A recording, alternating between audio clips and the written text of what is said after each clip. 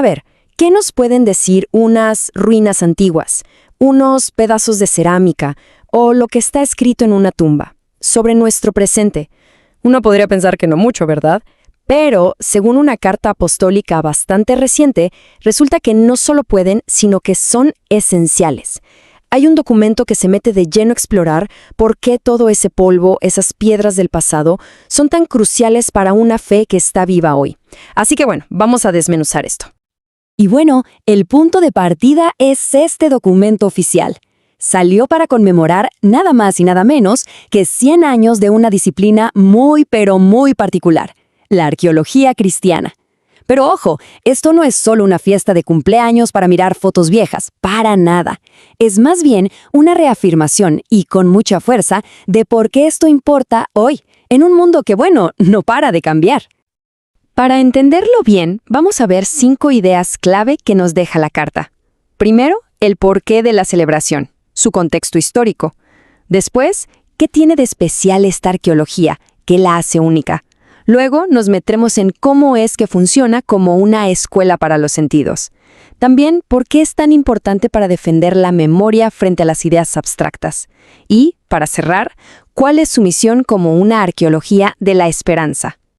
Perfecto. Entonces, empecemos por el principio, el centenario que le dio origen a toda esta reflexión. Miren, estamos en 1925. El mundo apenas está saliendo de los horrores de la Primera Guerra Mundial y en ese contexto el Papa Pío XI funda este instituto. Y el detalle clave es que lo hace durante el Jubileo de la Paz, o sea, en un momento en que el mundo estaba, buscando a gritos un poco de esperanza. Ahora, 100 años más tarde, esta carta nos dice, hey, miremos hacia atrás, pero no con nostalgia, sino para entender de nuevo por qué es tan importante buscar nuestras raíces, las raíces físicas. Ok, esto nos lleva a una pregunta clave. ¿Qué es exactamente la arqueología cristiana? O sea, ¿qué es la diferencia de la arqueología, digamos, normal? Bueno, la cosa va mucho más allá de simplemente desenterrar cacharros viejos. La carta lo define como la ciencia que nos ayuda a reconstruir la vida, la vida real, cotidiana, de los primeros cristianos, sus casas, sus tumbas, hasta sus oraciones. Es en el fondo una manera de entender cómo se vivía la fe en la práctica, en el día a día. Y aquí está, creo yo, la diferencia clave. Pensemos en esto.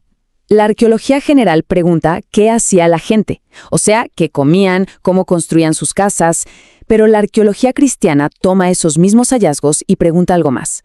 ¿Cómo vivían su fe? No se detiene en el objeto, sino que va más allá. Busca a la persona, a la comunidad, a la creencia que está detrás de ese objeto. Y todo esto para conectar con esa idea central de un Dios que se hizo parte de la historia humana. Y con esto llegamos a lo que es, para mí, el corazón del mensaje de la carta. La idea de que esta disciplina es como una teología de los sentidos. Fíjense en esta cita que la carta pone en un lugar central. Lo que hemos oído, lo que hemos visto con nuestros ojos, lo que hemos contemplado y tocado con nuestras manos. Es potentísima. Nos está recordando que la fe cristiana nace de una experiencia física, sensorial, de ver, oír y tocar. Y es justo ahí donde entra la arqueología, ¿no? Nos regresa a esa dimensión tangible, concreta, que está a años luz de ser solo una idea.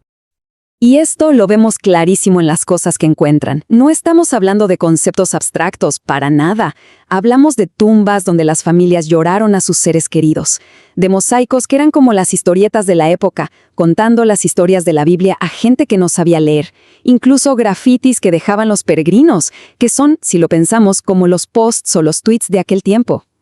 Cada uno de estos objetos es un testimonio real de una fe vivida. Bien. Sigamos, porque esta conexión con lo físico nos protege de un peligro muy de nuestro tiempo. Y la pregunta que la carta pone sobre la mesa, aunque no lo diga con estas palabras, es esta. ¿Puede la fe existir solo como una idea? Pensemos en la era en la que vivimos. Todo es digital, todo es información, ideologías. ¿Qué pasa si una fe pierde su ancla en la historia real, en lugares y personas de carne y hueso?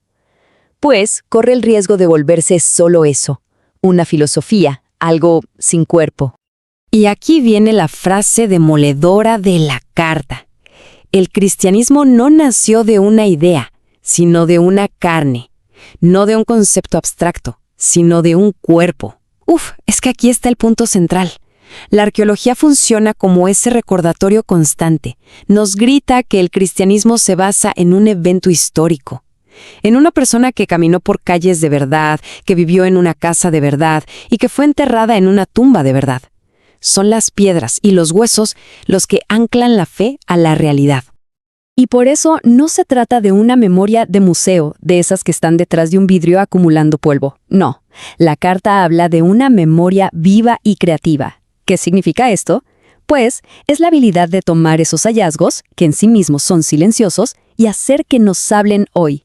Es como poder escuchar lo que el espíritu fue haciendo en la historia y preguntarnos, bueno, ¿y esto qué me dice a mí ahora? Y ya para ir terminando, vemos que la carta no se queda pegada en el pasado. Al contrario, proyecta esta disciplina hacia el futuro y le da una misión clarísima. Esta misión se resume en 3 acciones, 3 verbos: educar, custodiar e interpretar. Primero, educar, para que no andemos por la vida como huérfanos de fe, sin tener idea de dónde venimos. Segundo, custodiar, o sea, cuidar esos rastros del pasado que son súper frágiles.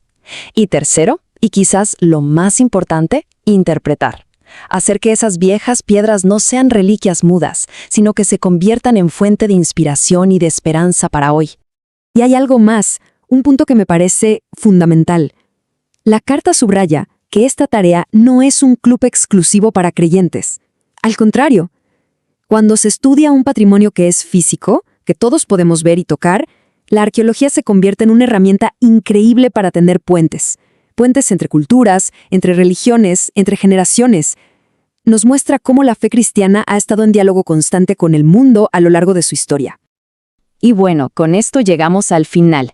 La carta nos deja con una pregunta que resuena muchísimo en nuestra era digital. ¿Qué pasa cuando perdemos el contacto con nuestro pasado físico? Piénsenlo.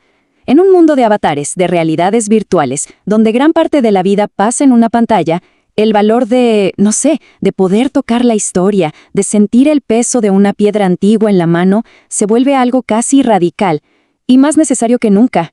Es un recordatorio de lo que somos en el fondo. Somos carne, somos historia y somos memoria.